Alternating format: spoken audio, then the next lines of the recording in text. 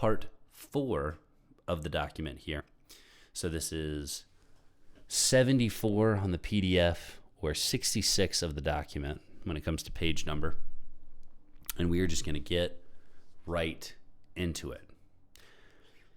Part 4, Russian government links to and contacts with the Trump campaign. The office identified multiple contacts, quote unquote, links, in the words of the appointment order, between Trump campaign officials and individuals with ties to the Russian government. The office investigated whether those contacts constituted a third avenue of attempted Russian interference with or influence on the 2016 presidential election. In particular, the investigation examined whether these contacts involved or resulted in coordination or a conspiracy with the Trump campaign and Russia, including with respect to Russia providing assistance to the campaign in exchange for any sort of favorable treatment in the future. Based on the available information, the investigation did not establish such coordination. So again, I'm so glad that we go back through. Like, this is an older document. This happened back in the day. Like, we're talking about some stuff. No one wants to talk about this. Russia. The whole reason that we wanted to look into this was because, in particular, the investigation examined whether these contacts involved or resulted in coordination or conspiracy with the Trump campaign in Russia, including with respect to Russia providing assistance to the campaign in exchange for any sort of favorable treatment in the future. So, would they be willing to do a quid pro quo? And they just didn't find evidence of it. That's the big thing here. They didn't find evidence. They did find evidence, and they found, some people did wrong, and they did find that, but they just couldn't establish these certain things. And that's why they didn't bring convictions in this. But how close were they? What evidence was revealed? In this redacted information, of which there is a ton of in this document, how much of that is incriminating, especially looking back on it? You can't touch any of this stuff now because they've made it, radioactive to say Russia. Oh, if you say Russia, you must be crazy or something like that. At the end of the day, this does sound like what it was. Hey, we tried our best to get you in. We got you in. You were supposed to be favorable to us. Then you didn't, maybe didn't do what they asked or something like that, or maybe just didn't do enough. So we let you lose. We didn't give you the same support that we did. And then he made the deal to come back. Maybe it's not that direct. Maybe it's more indirect. And that's why he's given them favorable treatment. Oh, he's treated me well in the past, that sort of thing. Maybe they're all fucking crazy. I don't know. But the outward decisions are way too favorable to Russia for this type of stuff to be written down in a document and people not understand just how obvious some of the stuff was. It's right here. You can see it. It's right here. Ugh. Not that they had enough to convict, but my goodness, or charge, but the individuals who pled guilty in this indictment, or in this from this report, the credible information that they got from it, it's all pretty sketchy looking back at the fact now when you see the Trump regime just angling 100% towards Russia or pro-Russia. Moving on. This section describes the principal links between the Trump campaign and individuals with ties to the Russian government, including some contacts with campaign officials or associates that have been publicly reported to involve Russian contacts. Each subsection begins with an overview of the Russians' contact at issue and then describes in detail the relevant facts, which are generally presented in chronological order, beginning with the early months of the campaign and extending through the post-election transition period.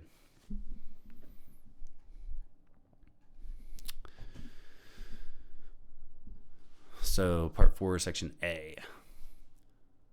Campaign period, maybe subsection, who knows. Campaign period, September 2015 to November 8th, 2016. Russian government-connected individuals and media entities began showing interest in Trump's campaign in the months after he announced his candidacy in June 2015. Because Trump's status as a public figure at the time was attributable, in large part, to his prior business and entertainment dealings, the office investigated whether a business contact with Russia-linked individuals and entities during the campaign period, the Trump Tower Moscow Project, see Volume 1, led to or involved coordination of election assistance. Outreach from individuals with ties to Russia continued in the spring and summer of 2016, when Trump was moving toward and eventually becoming the Republican nominee for president. As set forth below, The office has evaluated a series of links during this period.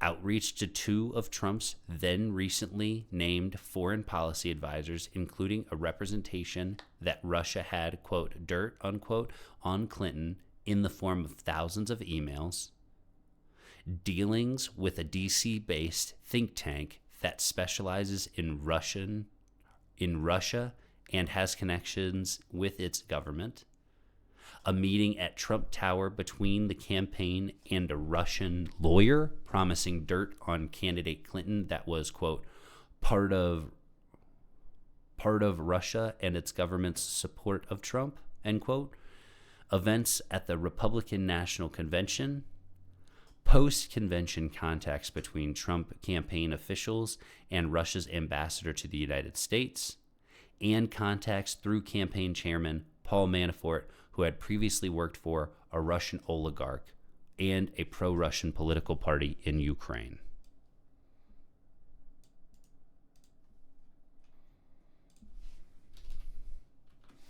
And remember, this isn't like they try and make it out like all this stuff is just like, oh, these are just some Democrats, some like crazies. No, like this is the DOJ. Like there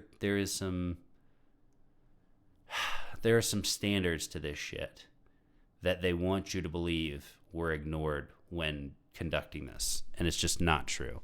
But it looks like we are getting into the meat of it. All right. So we're going to go for the document, Part A of 4, Section 1 of Part A, and then subsection A of Section 1. Holy bejesus balls. But that's where we're jumping down to everybody. All right, we're going to read this footnote here just to see. For example, on August 18th, 2015, on behalf of the editor-in-chief of the internet newspaper Gilead, who gives a shit, Georgie Azistrian, who gives a shit, emailed campaign press secretary Hope Hicks asking for a phone and in-person candidate interview. 8/18/15 email, Astrian to Hicks. 1 day earlier, to publication's founder and former Russian parliamentarian Konstantin Rykov had registered 2 Russian websites, Trump16.ru and DonaldTrump2016.ru. No interview took place. So they were just planning, stuff like that. I think it's important to read some of this stuff because sometimes you see the juicy bits. All right. Section 1 of Part A of Part 4. Who fucking knows? Trump Tower Moscow Project. The Trump Organization has pursued and completed projects outside the United States as part of its real estate portfolio. Some projects have involved the acquisition and ownership through subsidiary corporate structures of property. In other cases, the Trump Organization has executed licensing deals with real estate developers and management companies, often local to the country where the project was located. Between at least 2013 and 2016, the Trump Organization explored a similar licensing deal in Russia involving the construction of a Trump-branded property in Moscow. The project, commonly referred to as a, quote, Trump Tower Moscow, end quote, or, quote, Trump Moscow, end quote, project, anticipated a combination of commercial, hotel, and residential properties all within the same building. Between 2013 and June 2016, several employees of the Trump Organization, including then-president of the organization Donald J. Trump, pursued a Moscow deal with several Russian counterparties. From the fall of 2015 until the middle of 2016, Michael Cohen spearheaded the Trump Organization's pursuit of a Trump Tower project, including by reporting on the project's status to candidate Trump and other executives of the Trump Organization. Oh my gosh. And when I see what it is too, so this is the thing, like Trump feels super scorned by this, but he doesn't see like how fucked up it is. Like, yeah, you'd absolutely have to, even if nothing did happen, which we found that there was wrongdoing, even if there was nothing wrong, this right here would be enough. You would have to look into it based on the timing, who you're going to, the amount of money that's going back and forth. Like, you would just have to look into this, but he just doesn't understand how any of this stuff runs. He is just doing a business. He doesn't understand that you should probably ramp down whatever the fuck bullshit you're doing leading up to Like if you're going to do business with a foreign country, I imagine other candidates would probably ramp down their foreign businesses, not him. He, oh, this is business as usual. This is the same stuff we're doing. Doesn't give a second thought to doing business with Russia. And then all the other stuff afterwards has to be backpedaled. Oh, it was a scare. Oh, it wasn't doing this. No, it was your regular business practices, but your regular business practices are shady as fuck because you're shady. So, of course, it's going to be investigated. And they even found you didn't do wrong, but it doesn't matter. He feels scorned by the fact he was investigated in the first place. Sick. And he may have done something wrong. Like, that's the thing. There may have been a closed room meeting. He insists on closed room meetings. How do we know there wasn't just a meeting where there was a direct quid pro quo? Subsection A. Trump Tower Moscow venture with the Crocus Group, C-R-O-C-U-S, Crocus Group, 2013 to 2014. The Trump Organization and the Crocus Group, a Russian real estate conglomerate owned and controlled by Aris Agalarov, began discussing a Russia-based real estate project shortly after the conclusion of the 2013 Miss Universe pageant in Moscow. Donald Trump Jr. served as the primary negotiator on behalf of the Trump Organization. Eamon Agarilov, son of Aris Agarilov, and Irakli Ike Kavelids represented the Crocus Group during negotiations, with the occasional assistance of Robert Goldstone. In December 2013, Kavaldzi and Trump Jr. negotiated and signed preliminary terms of an agreement for the Trump Tower Moscow project. We're just going to read through some of these, make sure there isn't anything crazy in here.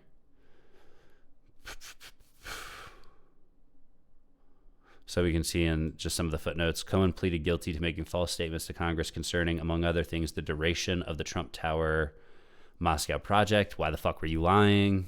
Because Trump told him to. I think this was one of the big things that came out of that, was Trump told multiple people to lie on his behalf.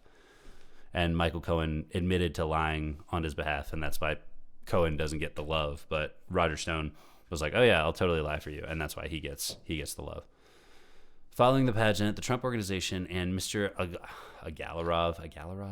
Agalov's company, Crocus Group, began preliminary discussion potential real estate projects in Moscow, end quote.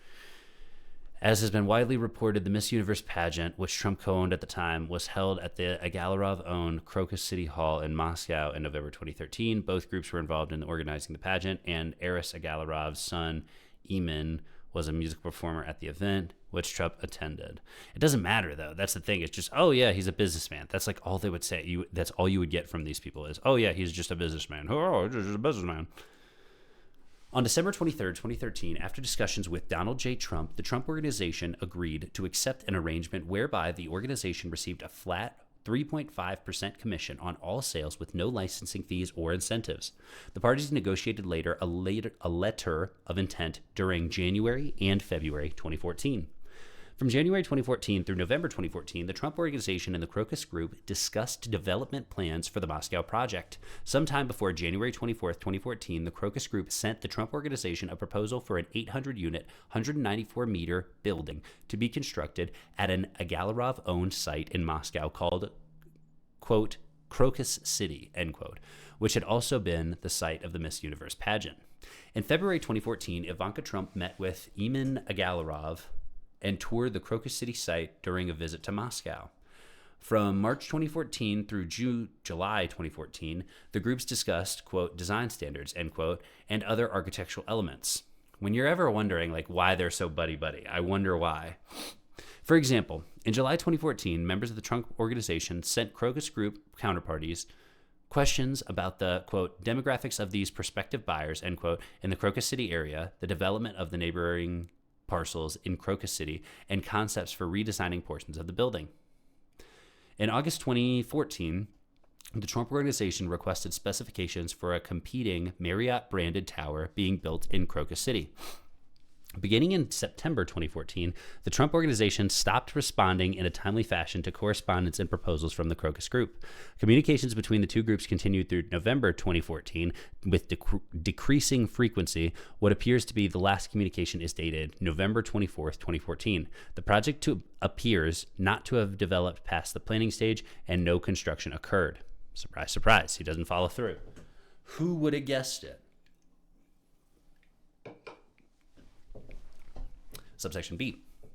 Communications with IC Expert Investment Company and Georgi, holy shit, Rich somewhere in fall of 2015. We're going to call him Georgi if he comes up. In the late summer of 2015, the Trump Organization received a new inquiry about pursuing a Trump Tower project in Moscow. Approximately September 2015, Felix Sater, a New York-based real estate advisor, contacted Michael Cohen, then executive vice president of the Trump Organization and special counsel to Donald J. Trump. Sater had previously worked with the Trump Organization and advised it on a number of domestic and international projects. Sater had explored the possibility of a Trump Tower project in Moscow while working with the Trump Organization and therefore knew of the organization's general interest in completing a deal there. Sater had also served as an informal agent of the Trump Organization in Moscow previously and had accompanied Ivanka Trump and Donald Trump Jr. to Moscow in the mid-2000s. See, these fuckers are just here. Like, they're just hanging out. They're just chilling. Like, this shit's just gross. Sater contacted Cohen on behalf of the IC Expert Investment Company, IC Expert, a Russian real estate development corporation controlled by Andrei Vladimirovich Rozov. Sater had known Rozov since approximately 2007 and, in 2014, had served as an agent on behalf of Rozov in Rozov's purchase of a new building in New York City. Sater later contacted Rozov and proposed that IC Expert pursue a Trump Tower Moscow project in which IC Expert would license the name and brand from the Trump Organization but construct the building on its own. Sater worked on the deal with Rozov and another employee of IC Expert. Cohen was the only Trump Organization representative to negotiate directly with IC Expert or its agents. In approximately September 2015, Cohen obtained approval to negotiate with IC Expert from candidate Trump, who was then president of the Trump Organization. Cohen provided updates directly to Trump about the project throughout 2015 and into 2016, assuring him that the project was continuing. Cohen also discussed the Trump Moscow project with Ivanka Trump as to design elements such as possible architects to use for the project, and Donald J. Trump Jr. about his experience in Moscow and possible involvement in the project during the fall of 2015. Also during the fall of 2015, Cohen communicated about the Trump Moscow proposal with Georgi, a business executive who previously had been involved in a development deal with the Trump Organization in Batumi, Georgia. Cohen stated that he spoke to Georgi in part because Georgi had pursued business ventures in Moscow, including a licensing deal with the Agalarov-owned Crocus Group. In September 22, 2015, Cohen forwarded a preliminary design study to the Trump Moscow project to Georgi, adding, quote, "I look forward to your reply about the spectacular project in Moscow," end quote. Georgi forwarded Cohen's email to an associate and wrote, quote, if we could organize the meeting in New York at the highest level of the Russian government and Mr. Trump, this project would definitely receive the worldwide attention.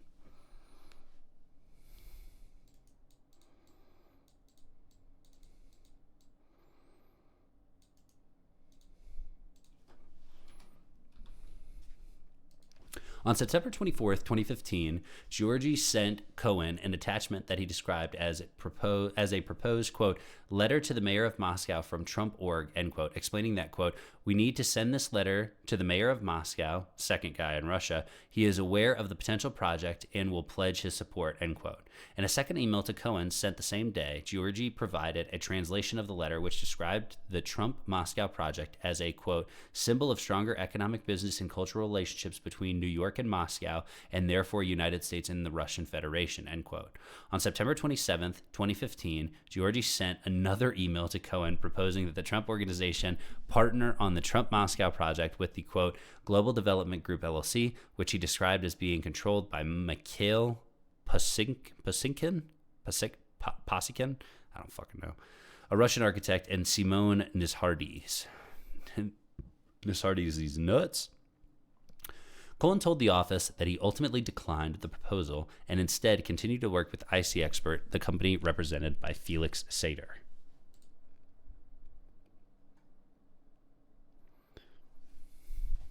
Subsection C, letter of intent and contacts to Russian government.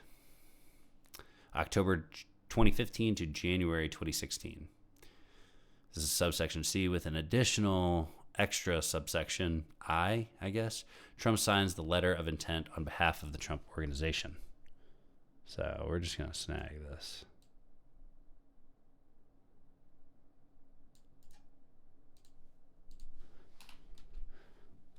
It sounds like he feels like he's been dealing for us for a while, because that's a fucking wild thing to say and then not correct, but maybe that's how business is done. I just don't know. Between approximately October 13th, 2015 and November 2nd, 2015, the Trump Organization, through its subsidiary Trump Acquisition LLC, and IC Expert completed a letter of intent for a Trump, they're going to call it LOI, letter of intent for the rest of the document, for a Trump Moscow property. The LOI, signed by Trump for the Trump Organization and Rozov on behalf of IC Expert, was, quote, intended to facilitate further discussions, end quote, in order to, quote, attempt to enter into a mutually acceptable agreement, end quote, related to the Trump-branded project in Moscow. The LOI contemplated a development with residential, hotel, commercial, and office components, and called for, quote, approximately 250 first-class luxury residential condominiums, end quote, as well as, quote, one first-class luxury hotel consisting of approximately 15 floors and containing not fewer than 150 rooms, end quote. For the residential and commercial portions of the project, the Trump Organization would receive between 1% and 5% of all condominium sales, plus 3% of all rental and other revenue.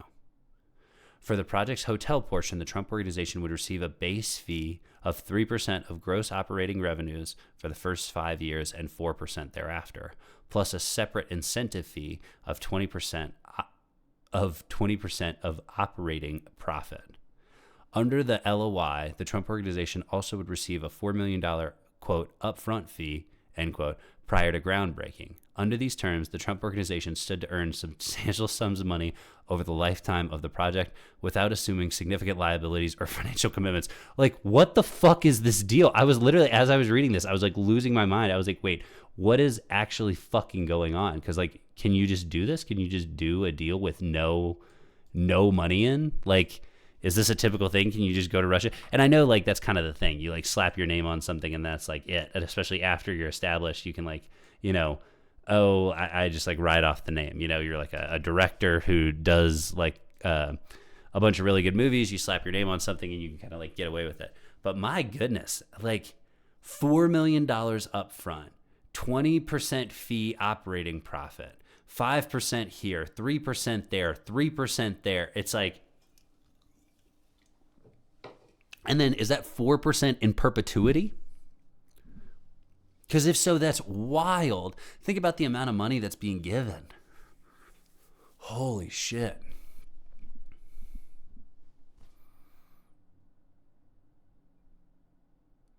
And, like, they're not doing any construction. Like, it's not going to be America. Like, are they paying for any construction? It says it right there, without assuming significant liabilities or financial commitments. So this letter of intent that would be signed was, hey, we're going to give you a whole shit ton of money for a whole lot of nothing. It's almost like they're planning for it and getting in your pocket. And then the fact that we couldn't figure this out. Like, the fact that we can't solve these things are the reasons why we can't hold back people like Russia. Is because we couldn't just look at this and be like, oh, yeah, he's, like, fucking obviously corrupt. Like, obviously. Like, we couldn't find anything that was corrupt in here.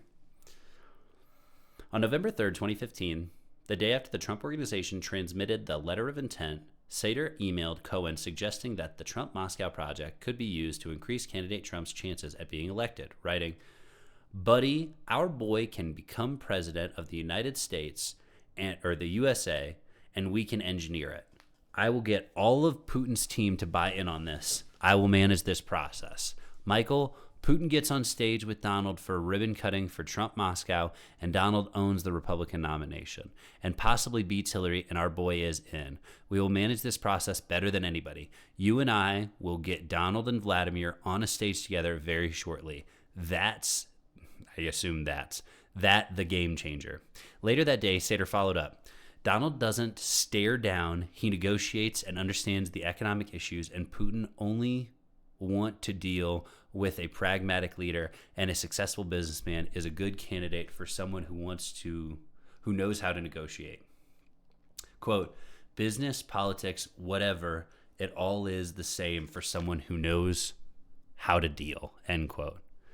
I think I can get Putin to say that at the Trump-Moscow press conference. If he says it, we own this election. America's most difficult adversary agreeing that Donald Trump is a good guy to negotiate. We can own this election. Michael, my next steps are very sensitive with Putin's very, very close people. We can pull this off. Michael, let's go. 2 boys from Brooklyn getting a USA president elected. This is good, really good. Gross. Ugh. According to Cohen, he did not consider the political import of the Trump-Moscow project to the 2016 U.S. presidential election at the time. Cohen also did not recall candidate Trump or anyone affiliated with the Trump campaign discussing the political implications of the Trump-Moscow project with him. However, Cohen recalled conversations with Trump in which the candidate suggested that his campaign would be significantly, quote, infomercial, end quote, for Trump-branded properties. Would be a significant infomercial. Oh, my God. Ugh. Which you can never, like, of course, Cohen turned on the cult leader, and so now Cohen's, like, awful. You know, you can't have anybody who is part of your movement that's willing to criticize the cult, but my goodness. So this is a little subsection, whatever, 2II, whatever. Post-LOI contacts with individuals in Russia. Given the size of the Trump-Moscow project, Sater and Cohen believe the project required approval, whether express or implicit, from the Russian national government, including from the presidential administration of Russia. Sater stated that he therefore began to contact the presidential administration through another Russian business contact. In early negotiations with the Trump organization, Sater had alluded to the need for government approval and his attempts to set up meetings with Russian officials. On October 12, 2015, for example, Sater wrote to Cohen that, quote, all we need is Putin on board and we are golden, end quote, and that a, quote, meeting with Putin and top deputy is tentatively set for the 14th of October, end quote. Redacted for grand jury. This meeting was being coordinated by associates in Russia, and that he had no direct interaction with the Russian government. Approximately a month later, after the LOI had been signed, Lana Urchova emailed Ivanka Trump on behalf of Ivanka. Like, it's just, they're all the fucking, it's like the Russians, they're together. On behalf of Urchova's then husband, Dmitry Klokov, to offer Klokov's assistance to the Trump campaign. Klokov was at the time the director of external communications for PJSC, Federal Grid Company of Unified Energy System, a large Russian electricity transmission company, and had been previously employed as an aide and press secretary to Russia's energy minister. Ivanka Trump forwarded the email to Cohen. He told the office that, after receiving this inquiry, he had conducted an internet search for Klokov's name and concluded incorrectly that Klokov was a former Olympic weightlifter. Between November 18th and 19th, 2015, Klokov and Cohen had at least one telephone call and exchanged several emails, describing himself in the emails to Cohen as a, quote, trusted person, end quote, who could offer the campaign, quote, political synergy, end quote, and, quote, synergy on a government level, end quote. Klokov recommended that Cohen travel to Russia to speak with him and an unidentified intermediary. Klokov said that those conversations could facilitate a later meeting in Russia between the candidate and an individual Klokov described as, quote, our person of interest, end quote. In an email to the office, Urchova later identified the, quote, person of interest, end quote, as Russian President Vladimir Putin. In the telephone call and follow-up emails with Klokov, Cohen discussed his desire to use a near-term trip. Near-term trip to Russia to do site surveys and talk over the Trump-Moscow prospect with local developers. Cohen registered his willingness also to meet with Klokov and the unidentified intermediary, but was emphatic that all meetings in Russia involving him or candidate Trump, including a possible meeting between candidate Trump and Putin, would need to be, quote, in conjunction with the development and an official visit, end quote. The Trump Organization receiving a formal invitation to visit. Klokov had written previously that, quote, the visit by candidate Trump to Russia has to be informal, end quote. Klokov had previously recommended to Cohen that he separate their negotiations over a possible meeting between Trump and, quote, the person of interest, end quote, from any existing business track. Fuck me. Re-emphasizing that his outreach was not done on behalf of any business, Klokov added in second email. Klokov added in second email to Cohen that, if publicized well, such a meeting could have, quote, phenomenal, end quote, impact, quote, in a business dimension, end quote, and that the, quote, person of interest, end quote, most important support, end quote, could have significant ramifications for the, quote, level of projects and their capacity, end quote. Klokov concluded by telling Cohen that there was, quote, no bigger warranty in any project than the consent of the person of interest, end quote. Cohen rejected the proposal, saying that, quote, currently our LOI developer is in talks with VP's chief of staff and arranging a formal invite for the two to meet, end quote. This email appears to be the final exchange, and the investigation did not identify evidence that Cohen brought Klokov's initial offer of assistance to the campaign's attention, or that anyone associated with the Trump Organization or the campaign dealt with Klokov at a later date.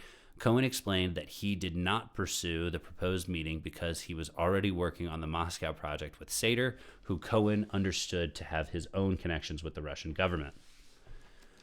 By late December 2015, however, Cohen was complaining that Sater had not been able to use those connections to set up the promised meeting with the Russian government officials. Cohen told Sater that he was, quote, setting up the meeting myself, end quote. On January 11, 2016, Cohen emailed the office of Dmitry Peskov, the Russian government's press secretary, indicating that he desired contact with Sergei Ivanov, Putin's chief of staff. Cohen erroneously used the email address, quote, bunch of bullshit, end quote, instead of, quote, bunch of bullshit Russian, end quote. So the email apparently did not go through. On January 14th, 2016, Cohen emailed a different email address with the following message. Dear Mr. Peskov, over the past few months, I have been working with a company based in Russia regarding the development of a Trump Tower Moscow project in Moscow City. Without getting into lengthy specifics, the communication between our two sides has stalled.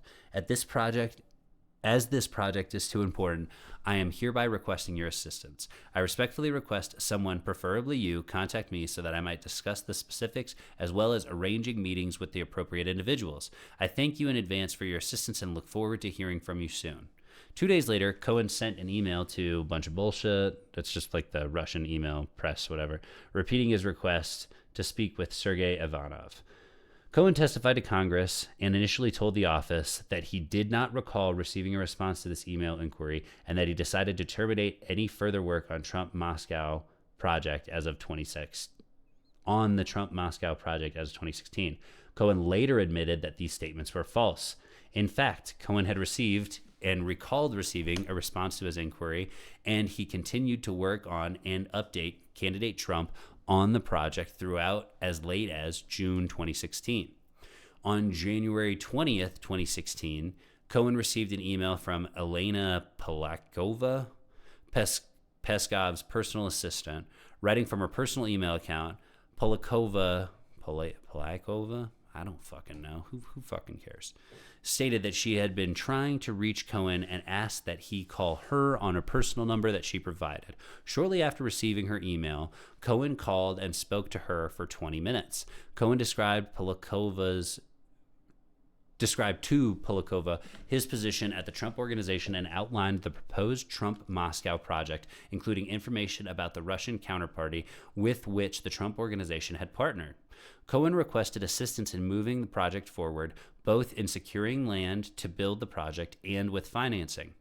According to Cohen, Polikova asked detailed questions and took notes, stating that she would need to follow up with others in Russia.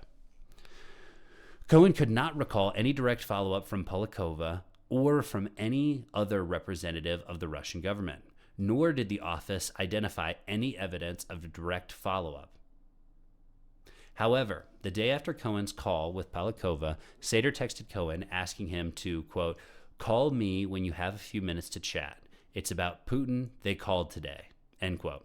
Sater then sent a draft invitation for Cohen to visit Moscow to discuss the Trump-Moscow project, along with a note to, quote, "Tell me if the letter is good as amended by me, or make whatever changes you want and send it back to me," end quote. After a further round of edits on January 25th, 2016, Sater sent Cohen an invitation signed by Andrei Ryabinsky of the company MHJ to travel to, quote, "Moscow for a working visit," end quote, about the, quote, "prospect of development and the construction process in Russia," end quote. Quote, "the various land plots available suited for construction of this enormous tower," end quote. And, quote, "the opportunity to coordinate a follow-up visit to Moscow by Mr. Donald Trump," end quote. According to Cohen, he elected not to travel at that time because of concerns about a lack of concrete proposals about land plots that could be considered as options for the project.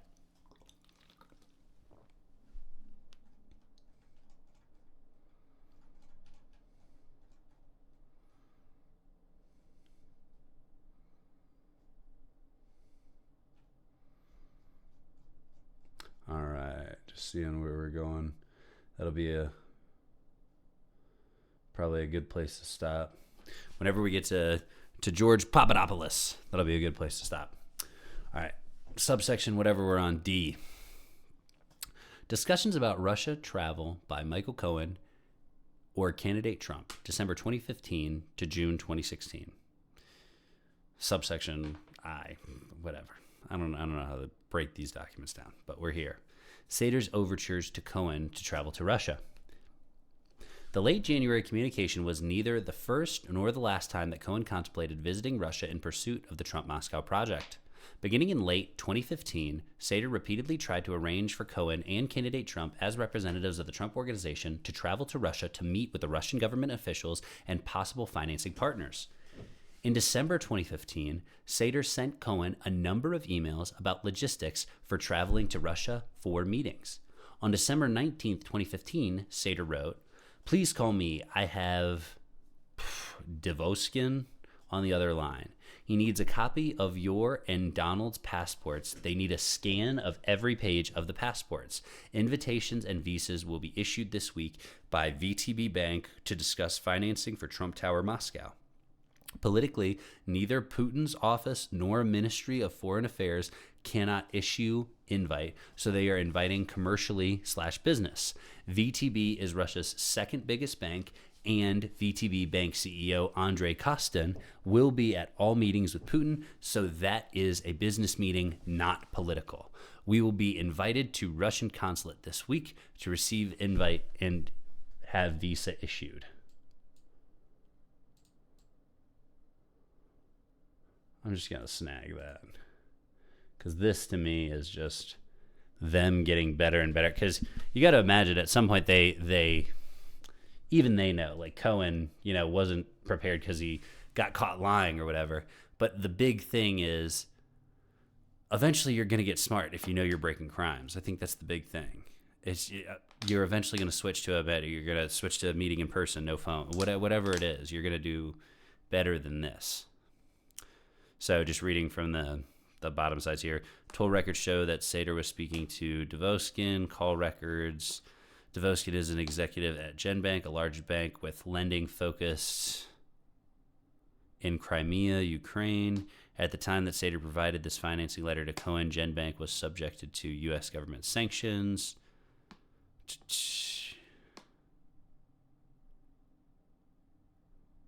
Damn.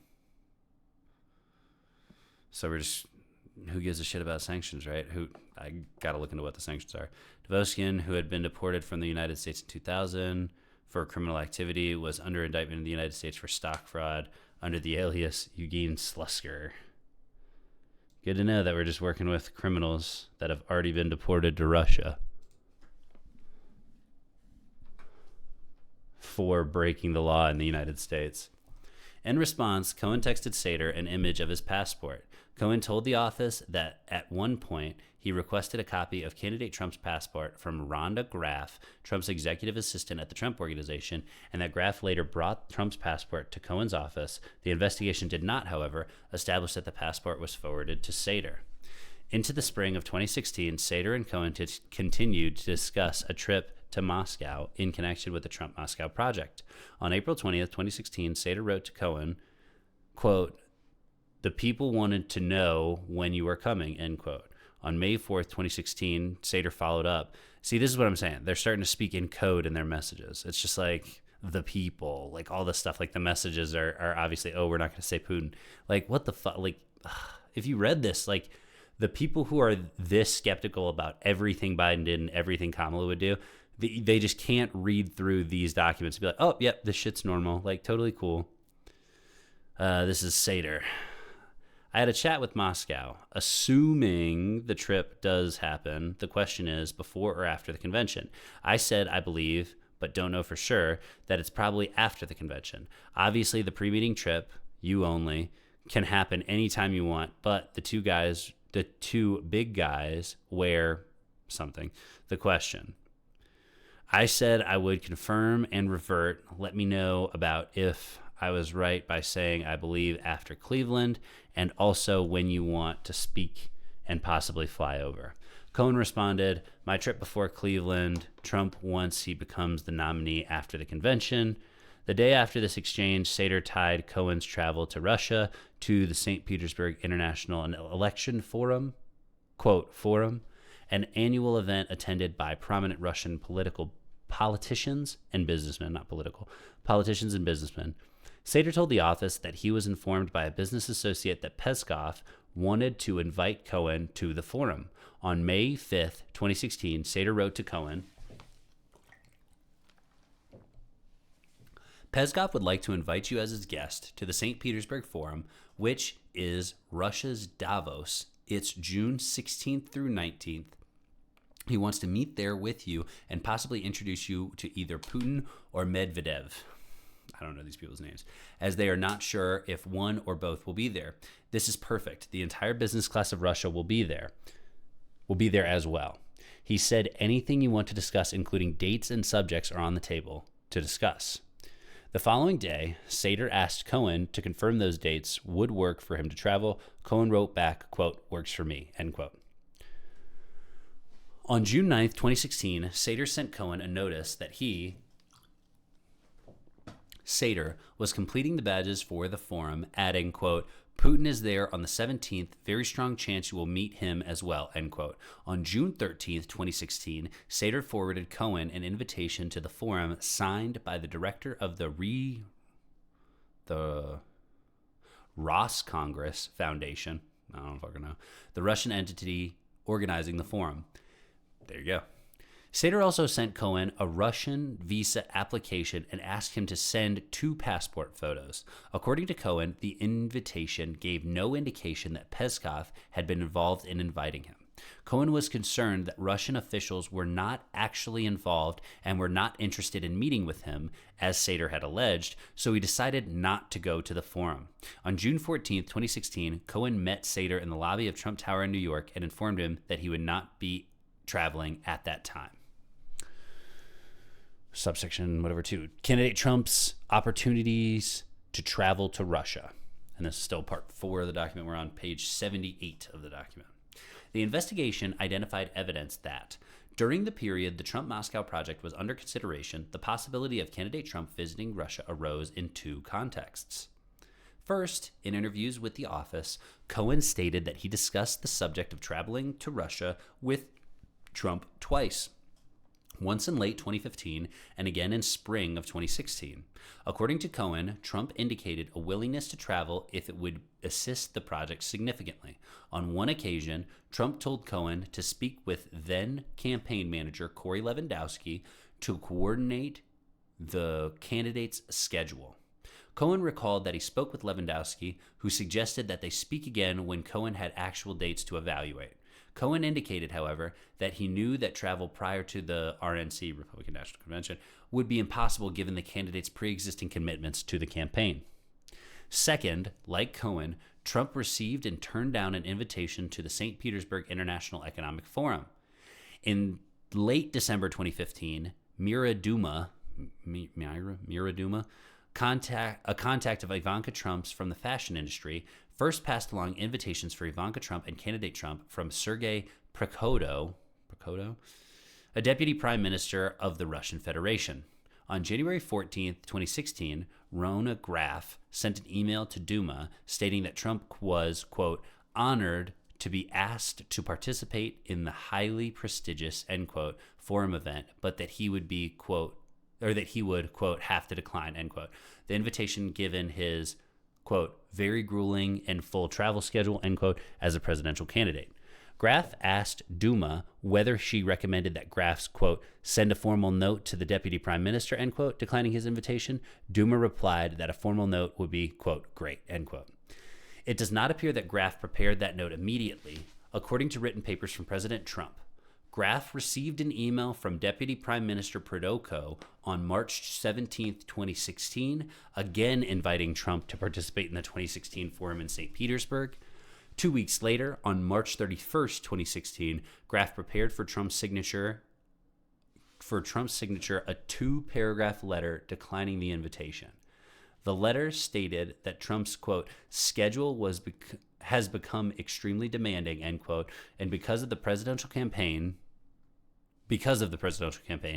that he, quote, already had several commitments in the United States, end quote, for the time of the forum, but that he otherwise, quote, would have gladly given every consideration to attending such an important event, end quote. Graf forwarded the letter to another executive assistant at the Trump Organization with instructions to print the document on letterhead for Trump to sign.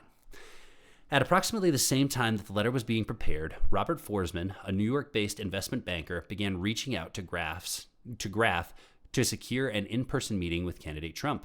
According to Forsman, he had been asked by Anton Kobiakov, who gives a shit, a Russian presidential aide involved with the Roscongress Foundation, to see if Trump could speak at the forum. Forsman first emailed Graf on March 31, 2016, following a phone introduction brokered through Trump business associate Mark Burnett, who produced the television show The Apprentice. In his email, Forsman referenced his longstanding personal and professional expertise in Russia and Ukraine, his work setting up an early, quote, private channel, end quote, between Vladimir Putin and former U.S. President George W. Bush, and an, quote, approach, end quote, he had received from, quote, senior Kremlin officials, end quote, about the candidate. Forsman asked Graf for a meeting with the candidate Corey Lewandowski, or, quote, another relevant person, end quote, to discuss this and other, quote, concrete things, end quote. Forsman felt uncomfortable discussing over, quote, unsecure email, end quote. This is what I'm saying. They just got more careful. It's so frustrating. On April 4th, 2016, Graf forwarded Forsman's meeting request to Jessica Machia, another executive assistant to Trump.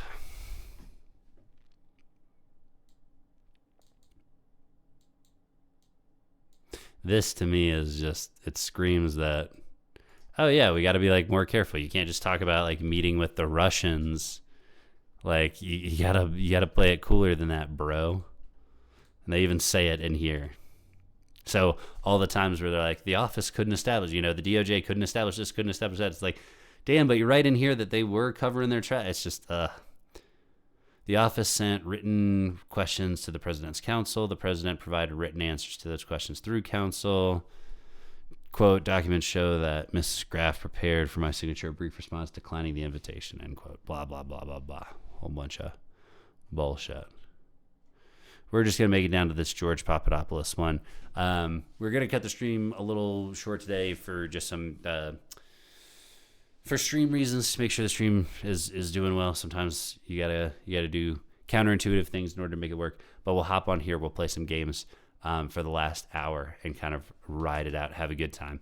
Like I said, make sure you're having a good time. Those who watch during, we really appreciate you. Those who watch after, we really appreciate you.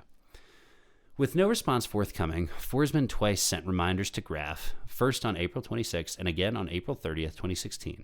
Graf sent an apology to Forsman and forwarded his April 26th email, as well as his initial March 2016 email to Lewandowski.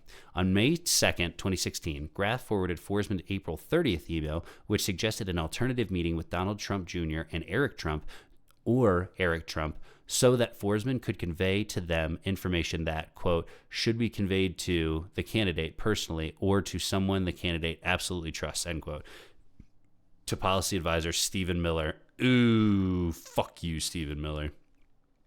No communications or other evidence obtained by the office indicate that the Trump campaign learned that Forsman was reaching out to invite the candidate to the forum or that the candidate otherwise followed up with Forsman until after the election when he interacted with the transition team as he pursued a possible position in the incoming administration. When interviewed by the office, Forsman denied that the specific, quote, approach, end quote, from, quote, senior Kremlin officials, end quote, noted in his March 31st, 2016 email was anything other than Kobyakov's invitation to Roscongress. According to Forsman, the, quote, concrete things, end quote, he referenced in the same email were a combination of the invitation itself, Forsman's personal perspectives on the invitation, and Russia policy in general, and details of a Ukraine plan supported by a U.S. think tank, East-West Institute. Forsman told the office that Kobyakov had extended similar invitations through him to another Republican presidential candidate and one other politician. Forsman also said that Kobyakov had asked Forsman to invite Trump to speak after that other presidential candidate withdrew from the race and the other politician's participation did not work out. Finally, Forsman claimed to have no plans to establish a back channel involving Trump, stating that the reference to his involvement in the Bush-Putin back channel was meant to burnish his credentials to the campaign. Forsman commented that he had not recognized any of the experts announced as Trump's foreign policy team in March 2016 and wanted to secure an in-person meeting with the candidate to share his professional background and policy views, including that Trump should decline Kobyakov's invitation to the forum. I'm just going to copy some of this because it feels like some sketchy shit's going